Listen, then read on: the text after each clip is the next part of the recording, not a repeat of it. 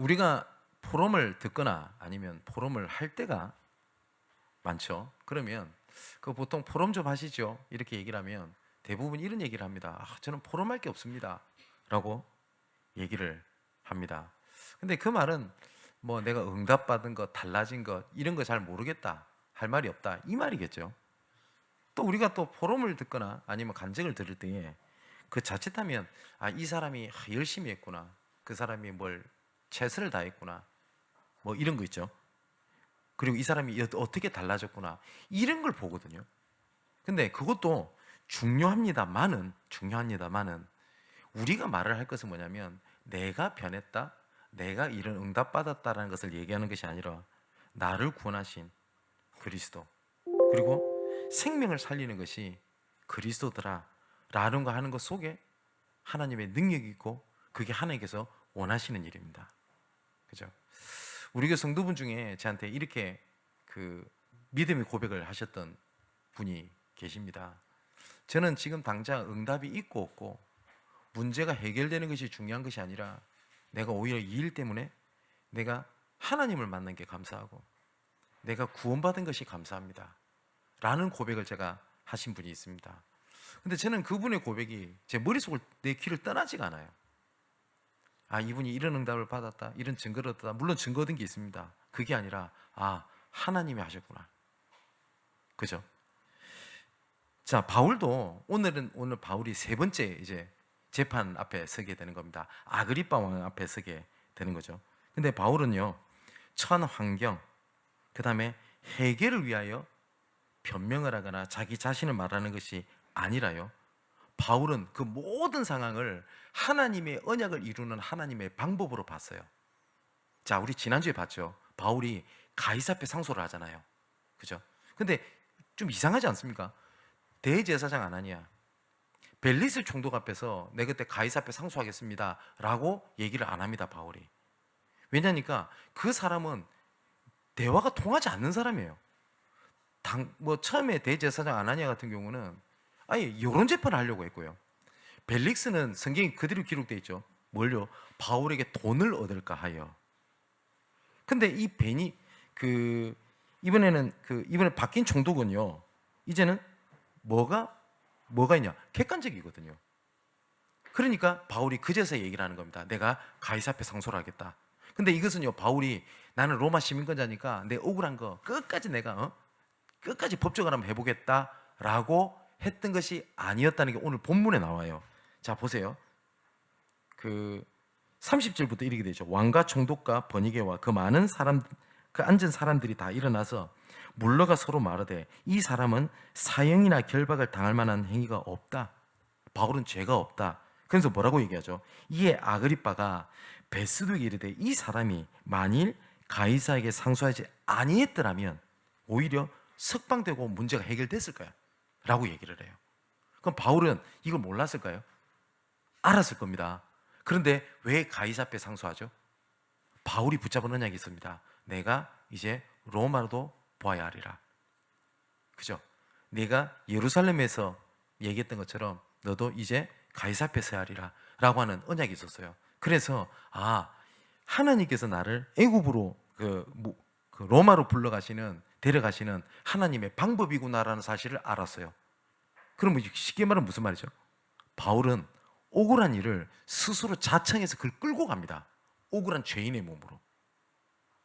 근데 우리와 다른 게 딱 하나가 있어요. 바울과 우리가. 뭐냐면 바울은 모든 순간을 언약을 이루시는 하나님의 방법으로 봤고요, 우리는 거의 대부분 문제로 봐요. 저 사람이 나를 어렵게 만들었어, 저 사람이 나를 힘들게 만들었어, 내 상처를 건드렸어 라고 보지, 하나님의 언약을 이루는 하나님의 방법인 것을 보지를 못해요. 우리가 계속 말씀을 나누지 않습니까? 하나님 앞에 서라고요. 하나님 앞에. 조금만 하나님의 말씀이 사실이라면 내가 문제가 생겼다, 갈등이 생겼다, 어려움이 생겼다, 심지어 응답이 왔다, 이 모든 것을 하나님께서 나를 향해 이루실 계획이 뭐지? 라는 것을 보지 못하면 문제 속에 빠지게 되고, 아니면 응답이 좀 왔다라고 하는 거에 들뜨다가 나중에는 이것이 그러고 말아요. 그러고. 자, 이번에 우리 금동 지사님이 저한테 연락이 왔어요. 뭐 굉장히 들어가기 어려운 직장에 면접이 합격이 된 겁니다. 그래서 면접 본다고 하길래 기도해 주세요 이러길래 이번 며칠 뒤에 나온다고 하길래 그러는 줄 알았더니 바로 응답이 왔어요. 그래서 제가 지사님한테 그런 얘기를 드렸어요. 전도 캠프 기간에 일어난 일은 하나님의 구원 계획이 있다고. 그랬더니 지사님이 그 생각을 못 해봤대요. 그래서 지금부터 하시면 된다고. 그러고 있다가 하나님께서 우리가 계속 기도하고 있던 우리 왕지교회에 여러 가지 영적으로 어려운 여자아이가 있거든요. 청년이. 걔한테 복음을 전하는 문을 하나님께서 바로 열어버리시기도 합니다. 보세요. 그냥 나는 만일에 좋은 직장 가졌어. 좋죠. 근데 그 직장 가면 탄탄대로가 달릴까요? 거기는 나를 괴롭히는 사람이 없을 것 같습니까? 예. 우리 직장 생활하시는 분들 기억하십시오. 또라이 불변의 법칙이라고 있어요.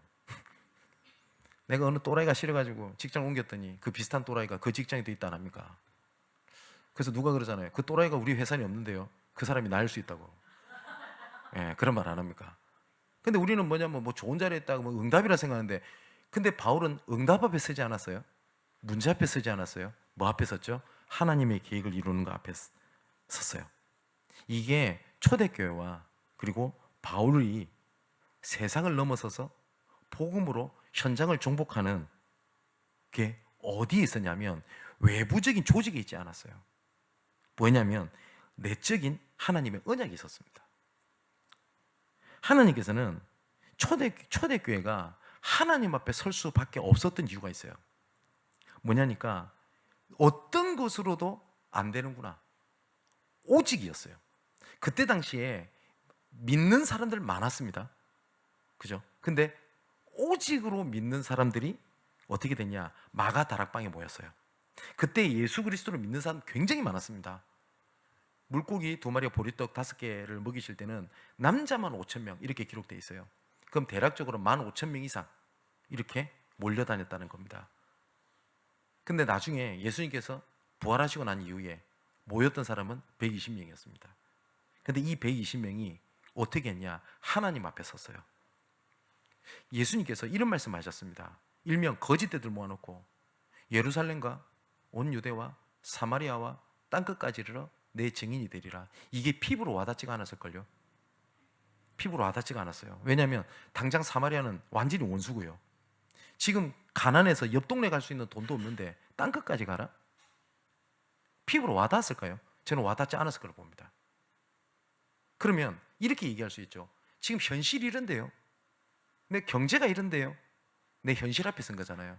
근데 이 초대교회는 어디 앞에 섰어요? 말씀 앞에 섰어요. 주님이 말씀하셨으니 주님께서 말씀하신 거 앞에 선 겁니다. 딱 그거 하나였었어요. 근데 우리가 이럴 수 있습니다. 우리 양문교회가 세계복음 합시다. 이러면 여러 가지 안 될 수밖에 없는 조건들이 되게 많을걸요. 재정, 조직, 사람, 여러 가지 많을걸요. 그죠? 예, 그 앞에 서면 그 말이 맞아요. 근데 성경에 뭐라고 돼 있냐? 말씀 앞에. 그랬더니 하나님께서 어떻게 하셨냐? 하나님께서 문을 여셨어요. 하필이면 그때가 오순절날이 이미 이름에 오순절날 예배를 드릴 때입니다. 각국 나라에 흩어져 있던 유대인들이 모이는 날이었어요. 아마 제가 성경학자는 아닙니다만은 매번 오순절날 때 흩어져 있던 유대인들이 모여서 예배를 드리는 게 당연하고 그냥 했던 거였어요. 근데 말씀 앞에 섰더니 그 사람이 그러려니 하고 보였던 그게 뭐가 됩니까? 15개의 문이 이미 하나님께서 문을 열어놓고 내게 붙이셨구나 라는 사실을 알게 됩니다. 자, 말씀 앞에 섰더니, 자 보세요. 말씀 앞에 섰더니 나는 이것이 내 인생이 풀리지 않는 게 아니라 하나님께서는 전도자의 길로 가게 하시는 하나님의 여정 속에 집어넣으신 겁니다. 근데 문제 앞에 서면 문제 외에는 안 보여요. 근데 말씀 앞에 섰더니 그게 문제, 갈등이 아니라는 거예요. 자, 말씀 앞에 섰더니 이게 응답이 아니구나. 하나님께서 그 뒤에 하나님의 새로운 계획들이 보여요. 말씀 앞에 서면 응답 뒤에 그 다음의 것, 그 다음 것이 보이는데요. 응답 앞에 서잖아요. 받으면 끝이에요. 예를 들어서 하나님 내 병을 치유해 주옵소서. 치유했어요. 그걸로 끝이에요. 그냥 내 건강해졌다. 그런데 하나님의 계획을 봤더니 나와 같은 똑같은 사람을 하나님께서 구원하시려고 나를 증인된 자리에 쓰신 거구나. 말씀 앞에 섰잖아요. 그 치유하신 게 다른 사람을 살리는 도구가 돼요. 그죠? 제가 청소년 시기 때 상처 그냥 얘기하니까 그냥 얘기하는 것처럼 보이죠. 정말 제가 이 문제 속에 잡혔을 때 그때 기억만 떠오른다고 하면 제가 거의 이성을 잃었어요. 아버지에 대한 분노 여러분 감당 못합니다. 근데 이것이 하나님의 말씀 앞에 계획 앞에 서게 되니까 그 사람을 살리고 이해하고 품을 수 있는 도구가 되는데 내가 그 상처 과거 앞에 상처가 되니까요 내 인생을 무너뜨리고요 이것 때문에 옆에 있는 사람들도 무너뜨리는 데 도구가 돼요. 내가 배우지 못했다는 예를 들어서 배우지 못했다는 상처가 있잖아요. 그럼 그 상처는 내 자신을 죽이고요 내 자녀도 죽여요. 왜냐? 너는 공부해야 돼. 공부로 애들 반 죽여버려요. 그죠? 내 상처가 나를 죽일 뿐만 아니라 옆에 있는 사람들도 무너뜨리게 만들어요. 근데 하나님 앞에 서니까요. 그래서 초대교회는요 그 구원에 대한 은혜가 있었어요. 우리 찬양 가사처럼 나 같은 죄인 살리신 주 은혜가 놀라와. 그죠? 우리 사랑하는 성도 여러분, 내가 구원받았다고 하는 것이 어떻게 여러분들에게 붙잡히는지 잘 모르겠습니다. 진짜 내가 구원받은 게 감사해서 정말 내가 이 그리스도라는 이름이 이것밖에 없어서 내가 주 앞에 엎드리는 자를 하나님께서는 결단코 그냥 두시지 아니하거든요. 자, 골로새서 1장 1절 4절에 이렇게 되어 있습니다. 특히 4절에 우리 생명이신 그리스도께서 나타나실 그때에 너희도 그와 함께 영광 중에 나타나리라. 초대교회는요 뭐가 있었냐면 구원받았다고 하는 것은 뭐였냐? 과거, 현재, 미래의 모든 문제를 해결하신 하나님의 능력이 된다는 말입니다. 이 말은 내 문제 왔으니까 그리스도를 계속 외치면 이 문제가 잘 해결되고 내가 예를 들어서 차를 놓쳤는데 그리스도를 계속 외쳤더니 뭐 생각지도 못한 차가 오고 그런 추상적인 그리스도를 얘기하는 것이 아닙니다. 뭐냐? 과거 문제 해결이라는 말은 아까 말씀드렸죠. 거의 대부분은요 과거의 기억으로 오늘을 살아요. 거의 대부분 사람들은 오늘을 안 살아요. 뭘 두고 삽니까? 과거를 기준으로 해서 오늘을 살아요. 과거에 상처받았던 걸 더 이상 상처받지 않기 위해 살고요 과거에 내 상처받은 걸 덮기 위해서 사는 사람들이 되게 많아요. 근데 구원받았다는 말은 무슨 말인지 압니까? 그 문제가 더 이상 내 인생에 걸림돌이 되지 아니하도록 십자가에서 예수님께서 모든 대가를 치르시고 뭐라고 말씀하셨냐? 다 이루었다라고 말씀을 하신 겁니다. 그래서 결론에도 좀 말씀드리겠습니다만 내 인생 전체를 두고요 하나님께서 무엇이라 말씀하셨는지를 보게 되면 더 이상 과거에 묶이질 않아요. 이건 제가 하는 방법이기도 한데 저도 사람이기 때문에 상처가 떠오를 때가 있어요. 그리고 순간순간마다 우울한 게 떠오를 때가 있어요. 그때마다 제가 잘 쓰는 표현이죠. 머리를 휘저으면서 그 순간만이라도 머리를 휘저으면서 아니 그리스도께서 내 모든 문제를 끝냈어요. 그 순간에 외칩니다. 일명 도리도리. 근데 거의 대부분이요 사단은 어디를 타고 딱 공격을 하냐? 내 과거에 대한 기억이 있죠. 이걸 습관적으로 사단은 그걸 가지고 틈을 가지고 공격을 해요. 전혀 상관없는 일인데 내 과거의 상처랑 딱 연결을 지어요. 전혀 상관없는 얘기인데 이런 친구를 봤어요. 아버지에 대한 상처가 너무 커요. 이 친구가 부모님에 대한 상처가. 그러다 보니까 이 친구는요 결혼을 안 해요. 그러니까 절대 사람을 안 믿어요. 특히 남자를 안 믿어요. 왜 그러냐? 우리 아빠도 한때는 우리 엄마를 뜨겁게 사랑했을 때가 있을 텐데 사랑은 변하지 않아. 사랑은 변하지 않아? 아니 사랑은 변하던데 우리 부모님 봐봐 변하잖아. 그죠? 근데 어떤 좋은 남자가 와요. 그 아빠하고 전혀 상관이 없어요. 근데 그 아빠의 기준으로 남자를 봐요. 이 사람이 아무리 그리스도 얘기해도 아닐 거야 라고 얘기를 해요. 혹시 예수 믿는 사람한테 상처받은 사람들이 있습니다. 그 사람하고 이 사람은 전혀 상관없잖아요. 그럼 뭐라는지 압니까? 예수 믿는다 다 똑같아. 보세요. 과거를 살잖아요. 이미 끝났다고요. 이전 것은 지나갔으니 뭐라요? 보라, 새 것이 되었도다. 그리고 현재 눈앞에 있는 것들이 내한테 결탄코 멸망의 이유가 되지 아니합니다. 현재 문제를 해결하셨고요. 그리고 미래의 것이 우리에게 멸망의 이유가 되지 아니합니다. 그래서 예수님께서 말씀하셨습니다. 십자가에서 내가 다 이루었다라고 말씀을 하셨어요. 그리고 한 예수님께서 뭐라고 말씀하셨냐? 내가 너의 보증이 되겠다라고 말씀하셨습니다. 보증. 여러분, 보증 함부로 쓰면 안 됩니다. 그죠? 그 잠언에도 보증 쓰지 말라고 돼 있어요. 하나님 말씀에. 보증 함부로 쓰면 안 돼요. 근데 보증 쓰면 같이 망해요. 그죠? 근데 하나님이 우리를 향해서 보증을 쓰셨다고 돼 있거든요. 그 말은 무슨 말이죠? 실패하지 않는 걸 하나님도 아시는 거예요. 우리 기업의 보증이 돼서. 시편 119편에는요. 주께서 주의 종의 보증이 되게 하사라고 다윗이 고백을 합니다. 그 정도로 완전한 구원을 이루셨습니다. 뿐만 아니라 우리를요, 어쩔 때는 문제로, 어쩔 때는 갈등으로, 그러면서 우리를 성화시켜 나가시거든요. 왜 하나님께서 성화시켜 나가시는 거냐? 그 성화시켜 나가는 하나님의 방법, 이유가 있어요. 우리를 통하여 더 큰 하나님의 구원 계획을 이루시기 위한 하나님의 계획입니다. 우리가 그릇을 넓혀야 될 이유가 뭐죠? 내 성공입니까? 아니죠. 저 사람을 더 품을 수 있는 그릇이라면 저 사람을 얻을 수가 있게 되는 거겠죠. 자, 초대교회가 갖고 있었던 복음의 비밀이 그거였었어요. 그래서 바울도요, 처음에는 대제사장 아나니아, 벨릭스, 베스도, 그 다음에 아그리빠 왕 앞에 섰을 때 바울은요, 뭐냐면 내 억울함을 얘기하지 않았어요. 그 순간마다 뭘 봤냐? 하나님의 언약을 이루는 하나님의 계획을 봤어요. 사랑하는 성도 여러분, 그러면 우리가 찾아야 될 게 하나가 있어요. 문제가 왔다라고 할 때, 갈등이 왔다, 혹은 하나님께서 응답으로 보이시는 게 있습니다. 합격을 했다, 아니면 좋은 직장의 문이 열렸다, 아니면 어떤 사람을 만났다, 여러 가지 있을 수 있겠죠.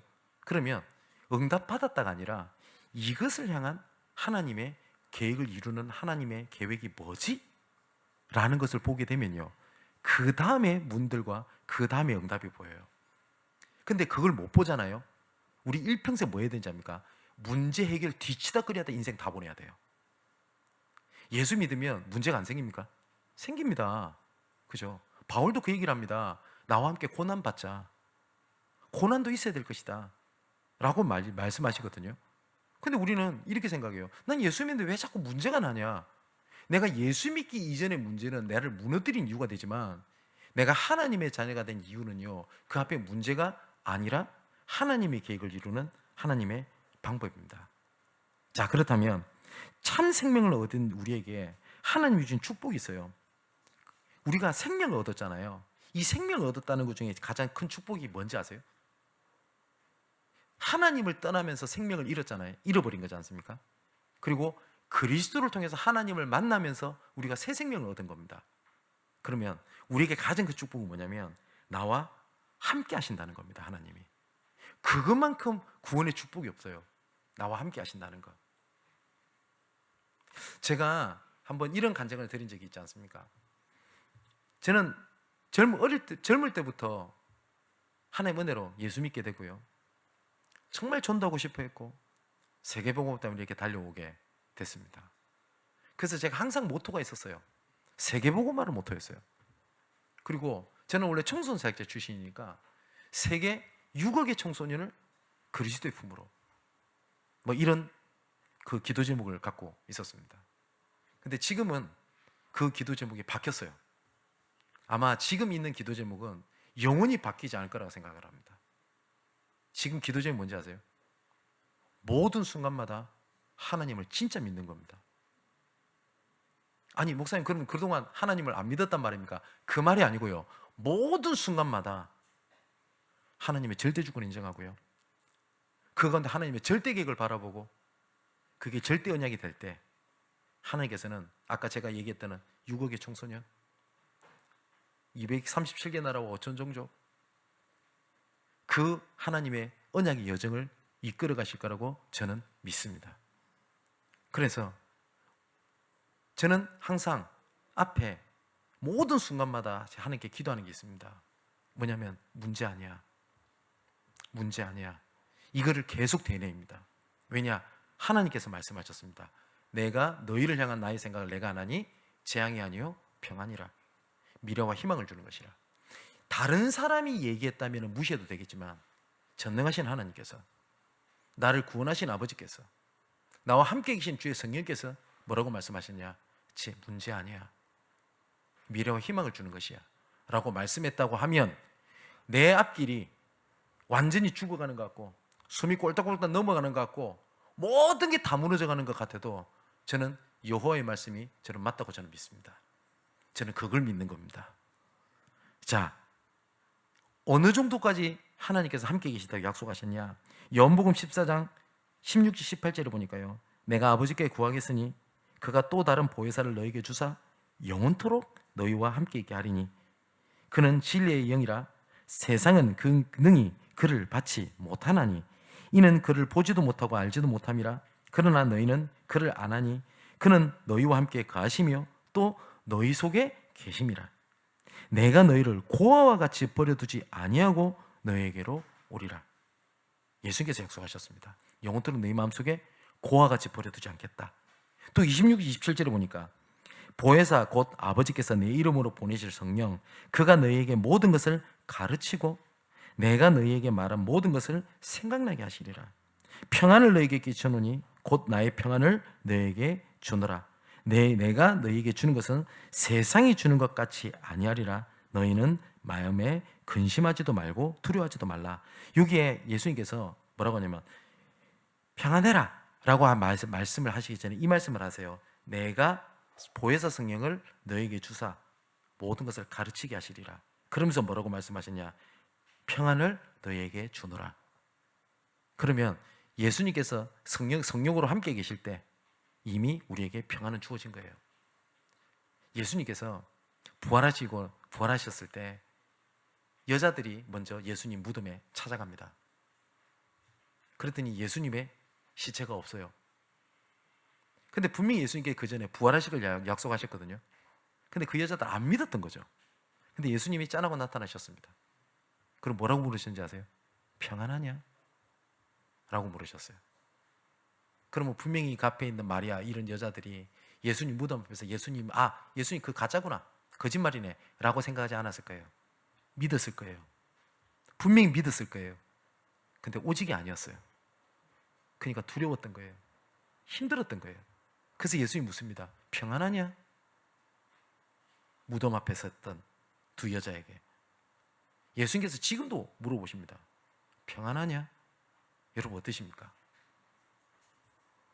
자, 요한복음 16장 13절 15절에 보니까 진리의 성령이 오시면 그가 너희를 모든 진리 가운데로 인도하리니 그가 스스로 말하지 않고 오직 들은 것을 말하며 장래익을 너희에게 알리시리라. 그가 내 영광을 나타내리니 내 것을 가지고 뭐라고요? 너희에게 알리시겠대요. 인도하시겠다 정도가 아니라 내가 인도할 방향을 너희에게 알리겠다. 무릇 아버지께 있는 것은 다 내 것이라. 그러므로 내가 말하기를 그가 내 것을 가지고 너희에게 알리시리라 하였느니라. 자, 하나님께서는 알리시겠대요. 그래서 우리가 말씀의 자리, 말씀의 흐름 속에 있으라는 얘기가 그겁니다. 왜 하나님께서 그 말씀을 주셨지? 혹은 여러분 정말 힘들거나 정말 내가 어찌할지 모를 때는 하나님께서 그동안 내게 무슨 말씀을 주셨는지를 점검하시면 그 안에 답이 있습니다. 왜 하나님께서 하필 이때 이 말씀을 주셨지? 항상 어디로 돌아가는 거냐? 말씀으로 돌아가는 겁니다. 말씀으로. 하나님께서 왜 하필 이 말씀을 듣게 하셨지? 그게 하나님 앞에 서는 거거든요. 그래서 성령께서 이 정도로 인도하신다고 되어 있기 때문에 우리가 성령 인도를 받자는 말이 그 말이에요. 근데 성령 인도를 받자, 성령께서 인도하신 것을 기다리자 이러면요, 얼른 볼 때는 아무것도 아닌 것 같고 그냥 방치해둔 것처럼 보이죠. 그죠? 아니 성령 인도 받는다고 하면서 가만히 있냐 왜? 방치하는 것처럼 보이죠. 절대 그렇지 않습니다.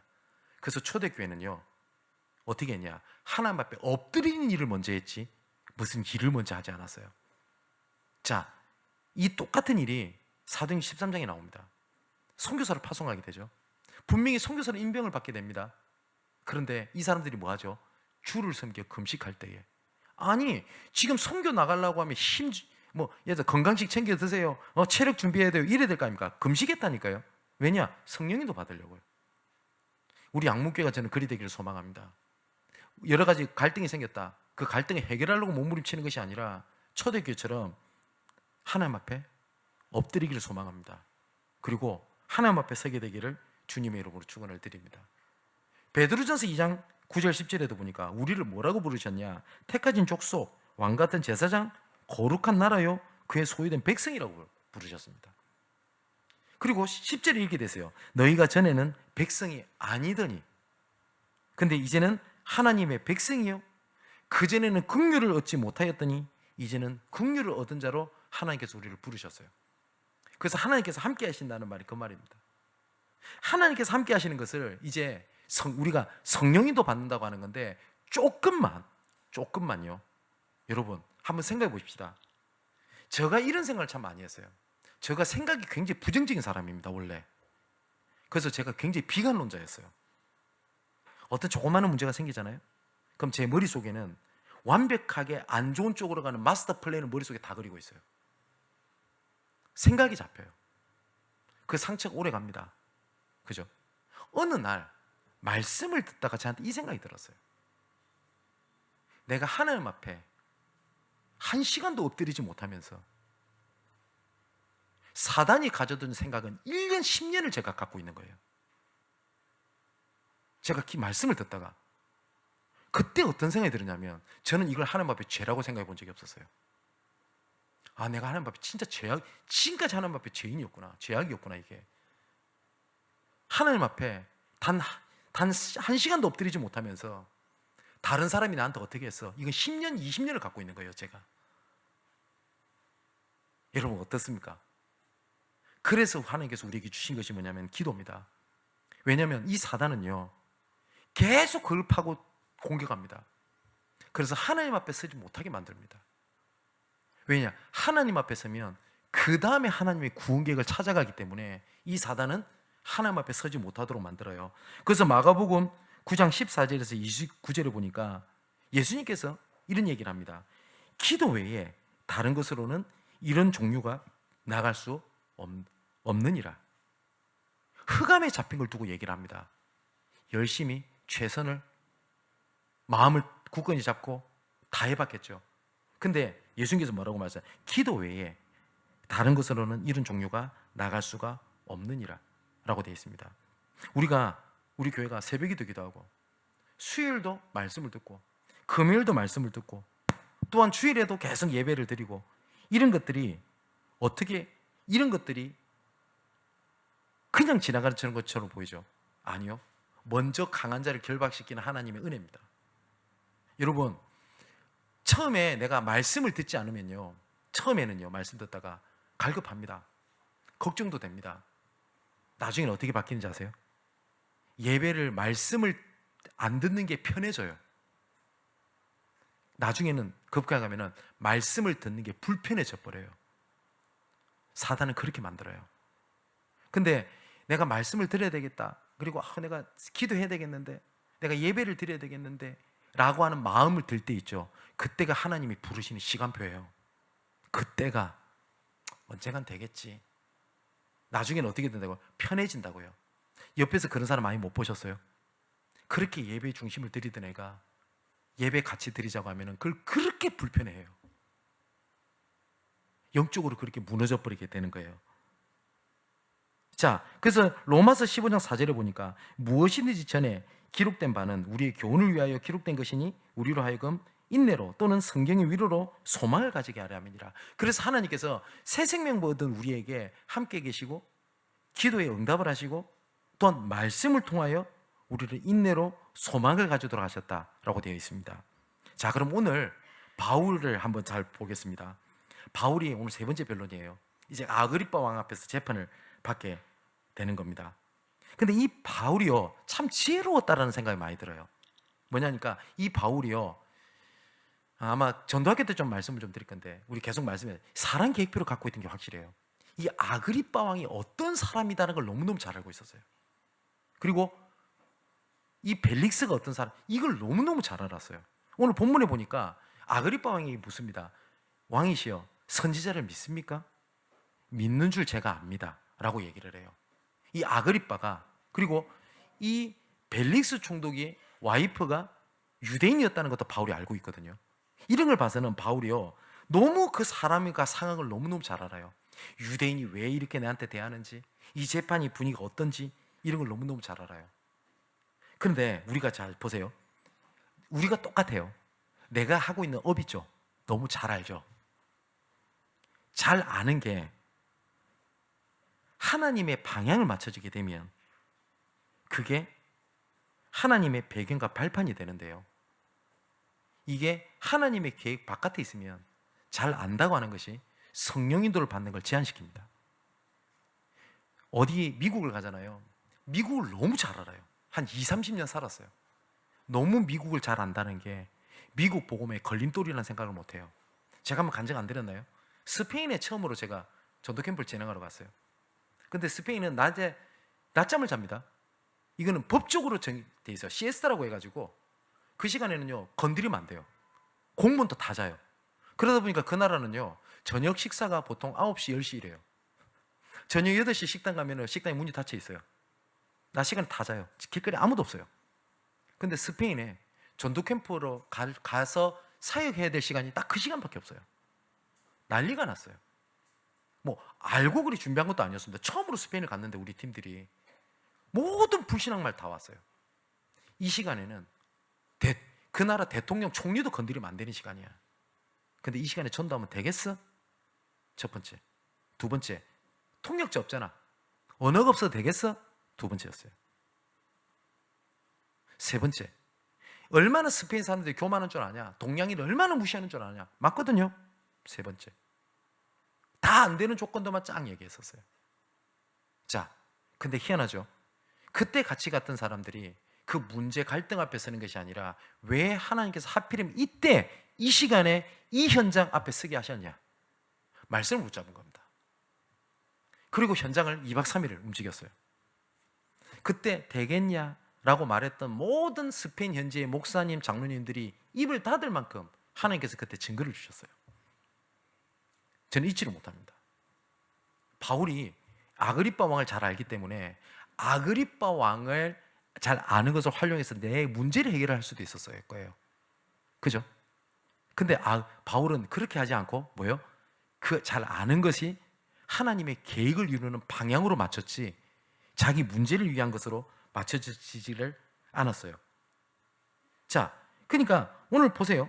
그 1절에서 3절에 보니까 아그리빠가 바울에게 이르되 너를 위하여 말하기를 내게 허락하노라 하니 이에 바울이 손을 들어 변명하되 보세요. 아그리빠 왕이여, 유대인이 고발하는 모든 일을 오늘 당신 앞에서 변명하게 된 것을 다행히 여기나이다. 특히 당신이 유대인의 모든 풍습과 문제를 아심이다. 그러므로 내 말을 너그리 들으시기를 바라나이다. 바울은 유대인의 상황과 아그리빠 상황을 다 알고 있었어요. 이렇게. 근데 바울이 그때부터 간증을 하기 시작을 합니다. 근데 바울의 간증이요, 달라졌다? 내가 뭘 얻었다? 여기에 있는 것이 아니라 내 삶의 방향이 바뀌어진 것에 대한 부분에 대한 것을 간증을 해요. 그러면서 뭘 간증을 하냐면 그 전에는 특히 11절에 이렇게 돼 있죠.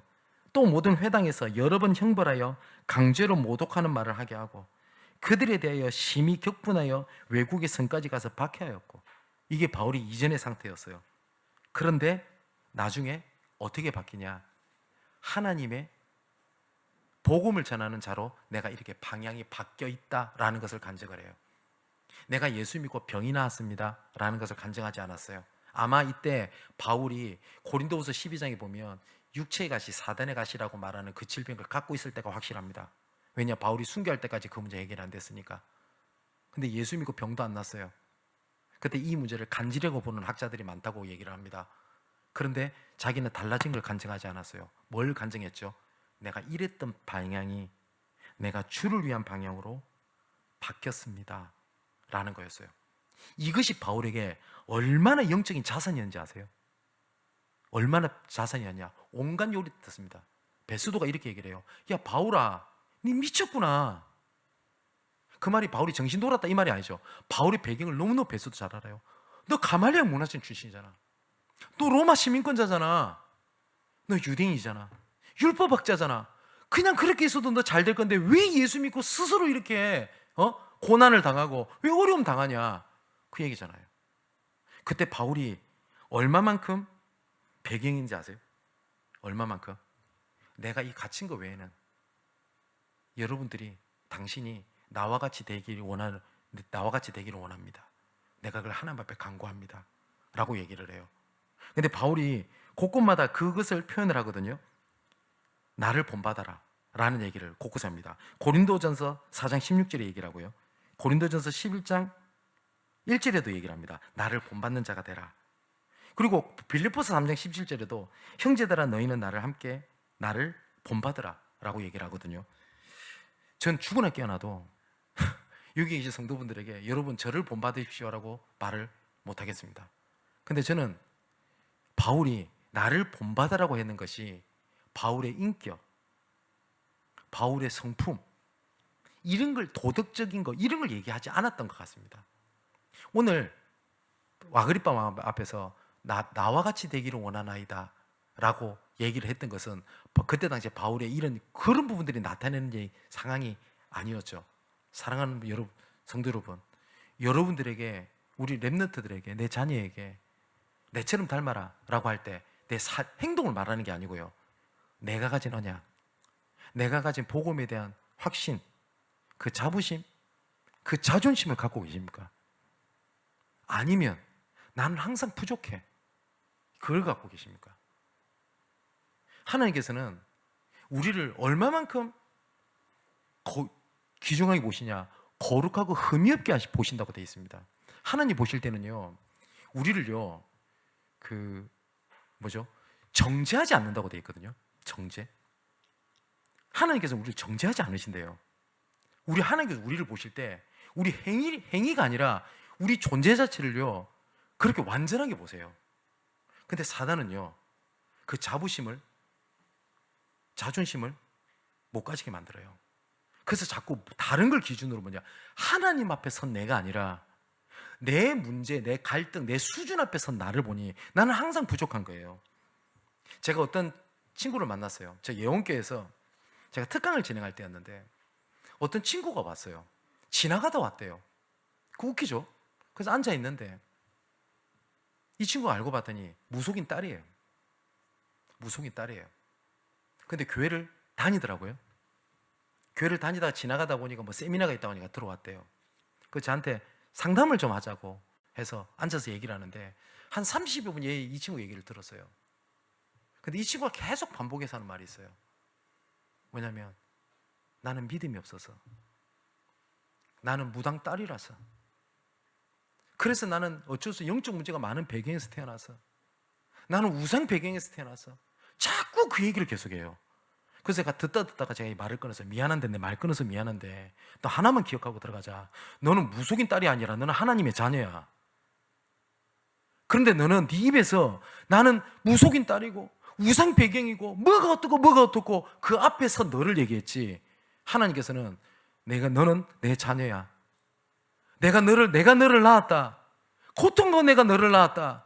내가 너를 살리기 위해 내가 피를 흘렸다 라고 하는 하나님의 사랑 하나도 없어. 다시 한번 얘기하자. 너는 무속인 딸이 아니라 너는 하나님 자녀야. 여러분 맞죠? 여러분 어떠십니까? 문제 있는 나? 가정에서 어떤 나? 갈등 있는 납니까? 아니면 하나님이 구원하신 납니까? 자, 이제 결론을 맺겠습니다. 바울이 오늘도 하나님 앞에 섭니다. 말씀 앞에 서고요, 하나님 앞에 계획 앞에 섭니다. 우리 사랑하는 우리 성도 여러분, 모든 것 속에 하나님 앞에서는 귀한 비밀을 누리게 되기를 주님의 이름으로 축원을 드립니다. 그리고 정말 문제 앞에 서지 마십시오. 갈등 앞에 서지 마시고요, 감정 앞에 서지 마시고 과거 앞에 서지 마십시오. 첫 번째 하나님 앞에, 두 번째 말씀 앞에, 세 번째 나를 향한 하나님의 계획 앞에, 이걸 가지고요 우리 렘넌트들아, 너도 나처럼 이렇게 되기를 원한다. 옆에 있는 친구에게 나와 같이 되기를 원한다. 옆에 있는 성도분들에게 나와 같이 복음의 흐름 속에 있기를 원한다 라고 말하는 고백을 할 수 있는, 정말 복음에 대한 자부심, 자존심, 자긍심 가지고 한 줄 동안 일평생 승리하게 되시기를 주님의 이름으로 축원을 드립니다. 기도하겠습니다. 아버지 하나님, 일평생 그리스도 예수 안에 있는 은혜 가운데서 강하게 하옵소서. 참 생명이 되시는 그리스도로 충만하게 하시고 참 생명을 증가하는 일에 합당한 자로 성화시켜 주옵소서. 참 생명을 얻은 우리에게 영원히 함께 하시는 보좌의 축복으로 역사하실 것을 믿습니다. 시공간 초월의 능력으로 각 현장마다 하나님의 나라가 임하게 될 줄 믿습니다. 참 생명을 주신 은혜를 체험하고 그 언약을 전달하는 자로 우리와 같이 사람들이 되기를 아버지 하나님께 원합니다라고 고백할 수 있는 자부심, 자존심, 자긍심을 회복하게 하여 주옵소서. 지금까지 하나님 앞에, 말씀 앞에, 또한 주의 계획 앞에 서지 아니하고 다른 것 앞에 섰던 것을 내려놓고 이 시간 영원히 하나님 앞에 서게 하옵소서. 이 모든 말씀을 그리스도가 되시는 예수님의 이름으로 기도합니다. 아멘.